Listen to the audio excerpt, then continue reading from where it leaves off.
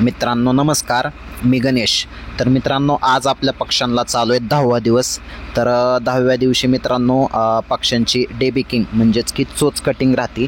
परंतु मित्रांनो चोच कटिंग करण्या अगोदर आपल्याला पाण्यामध्ये केकॉक्स किंवा केसॉल नावाचं जे औषध असतं ते टाकायचं असते. तर ते टाकल्यानंतर आपण दुसऱ्या दिवशी जे आहे ते चोच कटिंग करायचे. तर मित्रांनो अशा पद्धतीने आपण 2 mm अशी चोच कट केलेली आहे. आणि हे जे पिंजऱ्यामध्ये तुम्हाला आता पूर्ण पक्षी दिसत आहेत हे पूर्ण जे आहेत मित्रांनो हे पक्ष्यांची म्हणजे डेबिकिंग.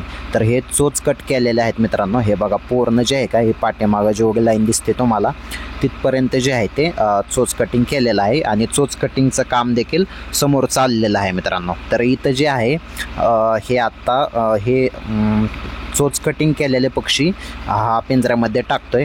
तर समोरचा जो आहे मित्रांनो हे समोरचा तर तो नाही म्हणजे ज्या पक्ष्यांचे चोच कट करायचे तो पक्षी ह्या कॅरेटमध्ये काढून घेतोय.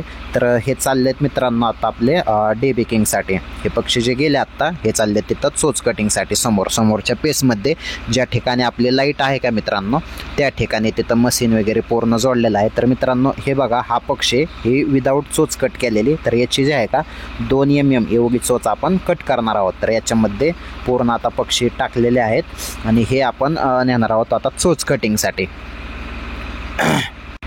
इकडं सुद्धा मित्रांनो ही जे आहे का हे पूर्ण लाईन झालेली आहे.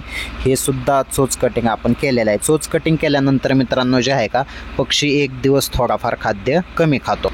तर मित्रांनो इथं जे आहे आपलं ते चोच कटिंगचं काम चालू आहे. तर चोच कटिंग मित्रांनो करते वेळेस एक काळजी घ्यायची की कधीही पक्ष्यांचे आपण 2 पाय पकडून पक्षी जो आहे तो चोच कटिंगसाठी द्यायचा आहे, जेणेकरून आपल्या लंगडा वगैरे होणार नाही किंवा पक्ष्यांना इतर दुखापत होणार आहे. त्याच्यामुळे हे काळजी आपल्याला घ्यायची. 2 पाय पकडून जो आहे तो पक्षी त्यांच्यापर्यंत द्यायचा आहे.